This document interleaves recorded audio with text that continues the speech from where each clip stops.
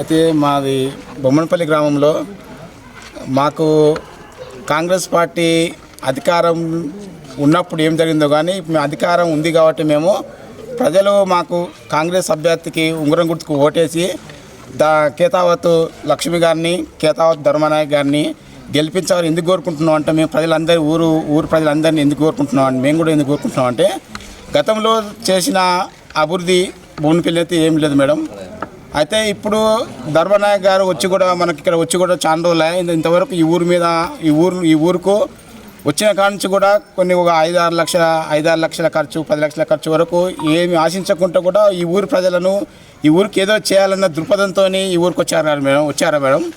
వాస్తవానికి ధర్మ గారు వచ్చినప్పుడు నాకు ఏమీ అవసరం లేదు, ఈ ప్రజలు నాకు అసలు నా ధర్మాన్ని నన్ను ధర్మం ఇస్తే నేను ధర్మంగా వీళ్ళకి అన్ని సేవలు చేస్తూ వీళ్ళ మధ్యనే ఉంటానని ధర్మాన్ని కోరుకుంటూ ధర్మం వైపే నడుచుకుంటూ ఇప్పుడు కూడా ప్రజల మధ్యనే ఉన్నాడు. కానీ ఈ ఊరిలో ఏమి సంపాదించక రాలేదు, ప్రజల ఆశీస్సులను తీసుకుంటూ ఈ ఊరికి మంచి చేయాలి. వాస్తవానికి ఈ ఊరిలో హై స్కూల్లో అసలు పిల్లలకు బుక్స్ లేకపోవడం వల్ల అసలు చాలా మేము గతంలో వాలంటీర్గా పనిచేసాము మేడం. బొమ్మనపల్లి గ్రామంలో చేసినప్పుడు వాస్తవానికి టీచర్స్ లేక ఇబ్బంది పడ్డారు.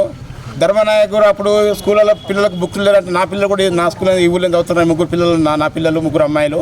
కానీ బుక్కులు కానీ వాటరు స్థానిక ఫిల్టర్ నీళ్ళు కానీ ఇలాంటి ట్యాంకర్లు కానీ చాలా ఈ ఊరు డెవలప్ కోసానికి ఇంకా ఏమో చేయాలని దృక్పథం చాలా ఉంది మేడం. ఇంకా ఏమి ఆశించకుండా కూడా ఈ ఊరికి ఏదో చేయాలన్న ఆలోచనతోనే మా ఊరికి పెద్ద గ్రామ పంచాయతీకి వచ్చారు మేడం. గతంలో కిషితానికి ఎట్లయితే గుడి నిర్మాణం చేసిరో ఈ బొడ్రాయి దగ్గర ఈ కనకదుర్గమ్మ గుడిని అసలు అచ్చంపేట మండలంలోనే హైయెస్ట్గా చూడాలనే ఈయన దృక్పథంతోనే మొన్న కనకదుర్గమ్మ పండుగ కూడా అసలు చాలా అద్భుతంగా చేశారు మేడం. చాలా స్ట్రీట్ లైట్స్ కానీ చాలా చందాలు వేసి అందరు గ్రామ ప్రజలు అందరూ ఐక్యతతో చాలా మంచిగా చేశారు. ఇంకా ఎక్కువ చేయాలని ఈయన గెలిస్తే ఇంకా ఎక్కువ చేయాలని నా ఆలోచనతో ఈయనకు అందరూ ఉంగరం గుర్తుకు ఓటేసి గెలిపించాలని మేము కోరుకుంటున్నాం మేడం. మా గ్రామ ప్రజలందరూ మేము. ఓకే అండి.